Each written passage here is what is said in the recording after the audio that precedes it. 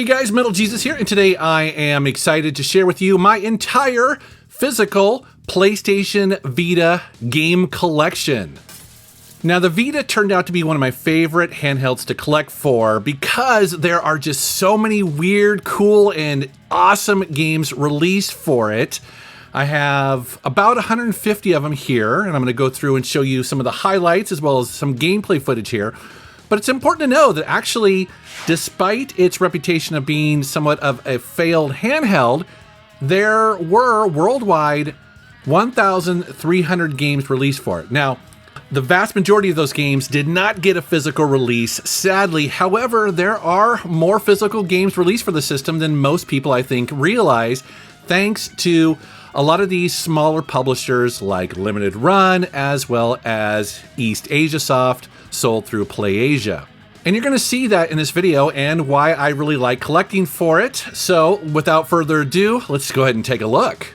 And we're going to start with the special editions that I have. I like these because despite being a handheld and being portable, these special editions often celebrate the games. They have art books, they have soundtracks, sometimes stickers, things like that.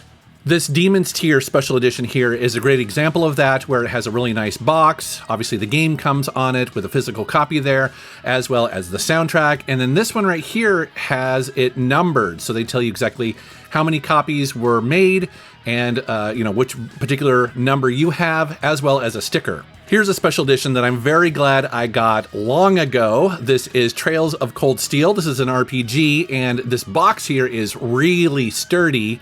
This is very sought after. You see that it has an art book as well as a metal pin.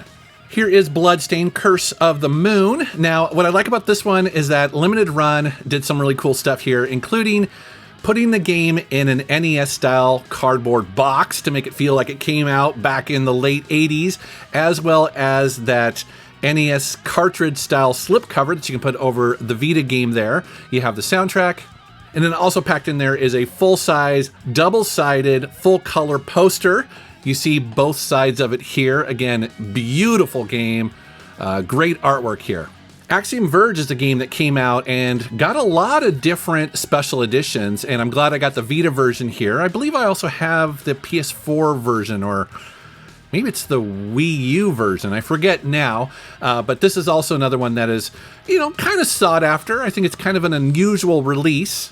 What I like about this one is that it has a making of documentary included on it, so not necessarily just a soundtrack, but I like this poster as well. So just like Bloodstained, this is dual-sided. You have a really nice piece of the artwork here, but then you flip it over and you get a very useful map of the game, as well as information about the weapons, the lore, upgrades, power-ups. So yeah, this is a really cool release. Here is one of the last Vita games that I picked up at a GameStop, just walking in there and seeing this on the shelf. Love the Shantae series, and WayForward make excellent games, and so this was a must buy. Here's a game I picked up recently. This is an RPG called Tokyo Xanadu, the limited edition here, in a really big box that is packed full of stuff. You see the physical game there. You also see an art collection book there.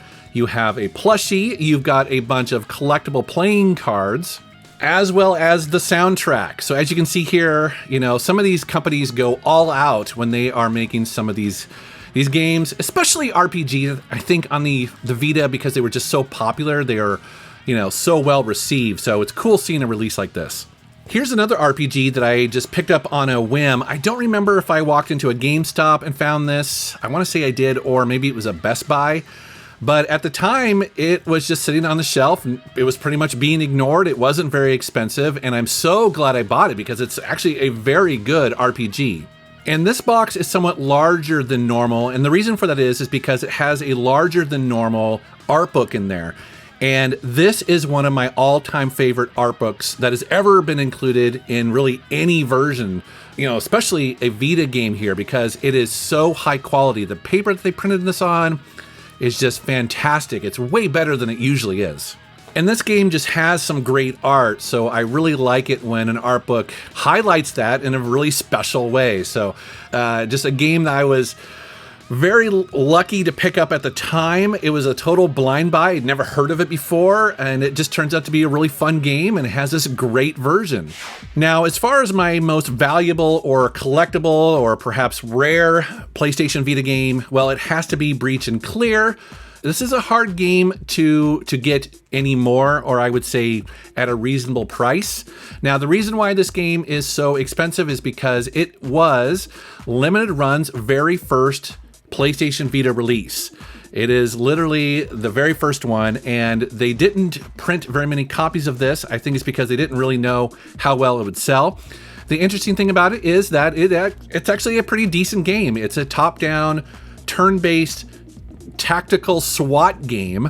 And what's interesting is that they are the ones who actually made it. They programmed it, and they wanted to have a physical version of it, and so I believe it's actually this game. It's kind of what kicked off their company. And so can be very expensive to find these days. You know, it seems like it fetches anywhere from $200 to $300 just opened.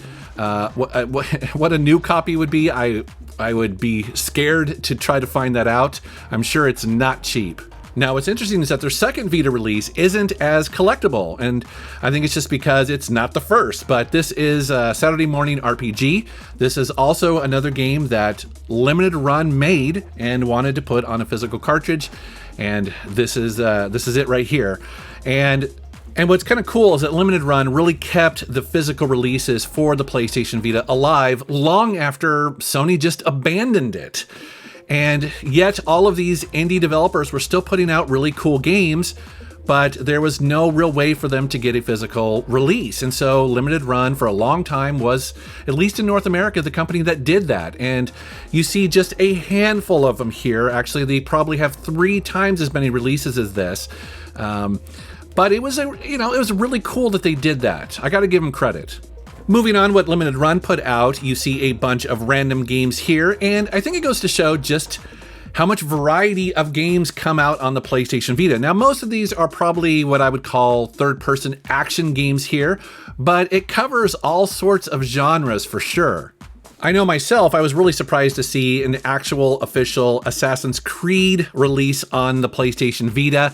It just goes to show that it was possible to do these really big AAA games on this little handheld. And at the time, that was pretty groundbreaking for sure. Also, Dynasty Warriors, Ninja Gaiden was on here. So many great games. Now, I love my arcade-style shooters, and here are a bunch that I have on the PlayStation Vita, starting, of course, with Skyforce Anniversary. That game is an absolute masterpiece. Now, you don't have to play it on the Vita. You can also get that on Switch and other consoles, but I highly recommend it if you haven't played it. And then notice that I have 2 different copies of Soldner X2, and the reason for that is because East Asia Soft published the international version. I believe they did it first, and then Limited Run came along after that and put it out. And now that happens sometimes on the Vita. Sometimes it was actually in reverse. Sometimes Limited Run would get it first, and then maybe it would be available, through PlayAsia and vice versa. So that happened a little bit on the Vita, and it also happens on the PS4. It also happens on the Switch. You guys know me, I love my racing games, and I have 6 of them here on the PlayStation Vita. Probably my all-time favorite one on this system has to be Sonic All-Stars Racing Transformed. That is a fantastic portable version of that game. I love that game so much. Also, you see Need for Speed Most Wanted. For a lot of people, that was a mind-blowing experience to see that full arcade console game put on the Vita. It was mind-blowing at the time.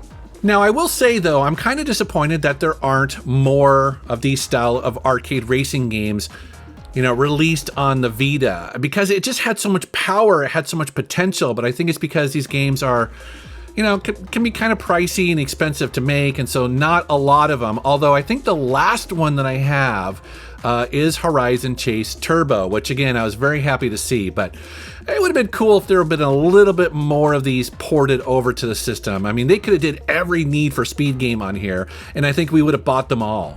Here are some more random PlayStation Vita releases, and again, what this shows is just the incredible amount of variety available on this handheld. When people say that, the PlayStation Vita failed and it's not a worthy system to collect for or whatever, Man, I completely disagree. Okay, maybe it did fail in the marketplace, but there are so many great gaming experiences to be had here. And this just shows off some of the variety here. There's a little of everything for everybody. One thing that's really interesting about the PlayStation Vita, and it was also true about the PSP, is that it is a monster RPG system. I don't know what it is about the PSP and the Vita, but man, I mean, there are so many role-playing games that you can play on this system, and so many of them are absolutely excellent. And so this is just a very small sampling of the RPGs that you can get on the PlayStation Vita. I would say there's probably 4 times as many as this, especially if you start looking at the digital games. But again, it's really cool to have a lot of these in the physical. Some of these are actually exclusive to it, and so many are so much fun. And for some reason, the E series of JRPGs got a lot of love on the PlayStation Vita. And again, I'm not complaining at all. I just thought it was kind of interesting that there were so many on here. Now, you'll notice that I have 2 versions of E's Origin down there. And again, that's for the same reason I mentioned earlier, is because there was, I believe, a retail release, and then there was a limited run release or something like that. There was also a pretty decent amount of what I'm calling either survival horror or just straight out horror games released on the Vita. And, it was a mix of, I would say, AAA developers, like obviously you have Silent Hill and, Resident Evil Revelations 2. You also have The Walking Dead and The Wolf Among Us. But there's also a lot of really interesting indie games released for it. Now that I think about it, I wonder if it was relatively easy for, say, indie developers to port their games from the PlayStation Network over to the Vita. At least that would make sense why you see so many of them on this system. While digging through my collection, I thought this was kind of interesting, is that there is an unusually high number of Lego games released on the Vita, especially considering that it didn't do very well in the marketplace. And I don't even think this is all of them here, but I do really like Lego games, and so it's cool that there are this many to play. Now, I mentioned that the PlayStation Vita is known for a lot of RPGs, but it's also known for having an awful lot of visual novels. You see 7 of them that I own here, and I have to be honest, most of these I picked up either because I didn't know what it was, or I was kind of curious because I heard about it.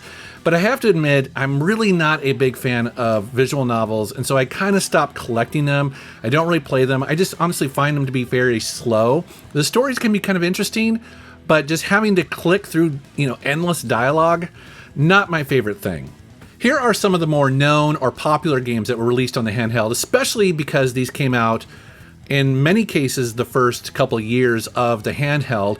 And this was back when Sony was really invested in this handheld. They knew that they had a great machine on their hands, and that's why a fully blown Uncharted game came out for it.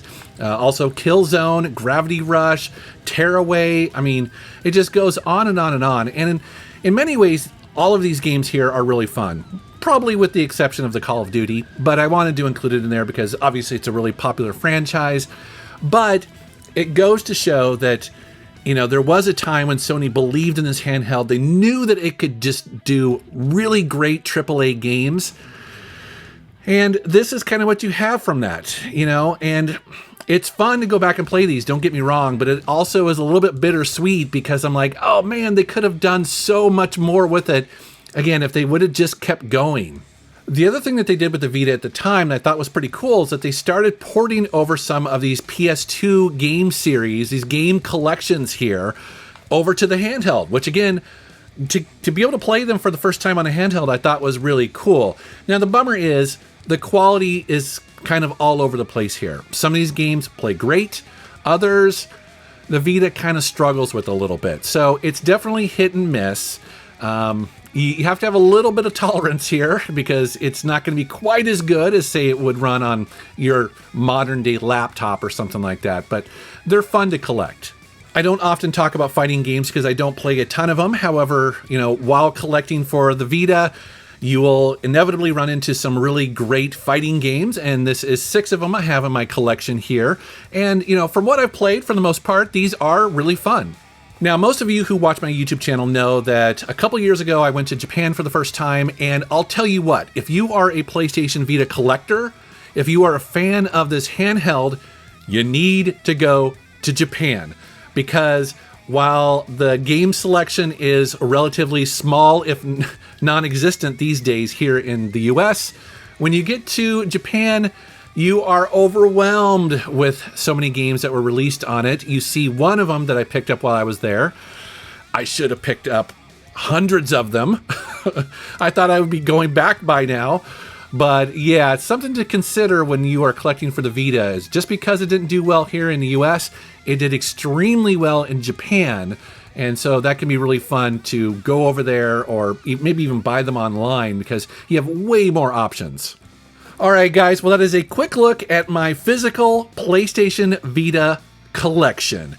And as you can tell from this video, I'm extremely passionate about this handheld. I love collecting for it. Anytime I go into a retro gaming store, I always go over to the Vita section just to see if there's something in there that I've missed that maybe I haven't seen in a while or I don't have in the collection that I need to pick up. So it is always ongoing. It'll probably never end. But I would love to know what you think of the PlayStation Vita. Do you collect for it? Are there any games that I am desperately missing in my collection here? Please let me know down in the comments below. And as always, guys, I want to thank you for watching my video. Thank you for subscribing, and take care.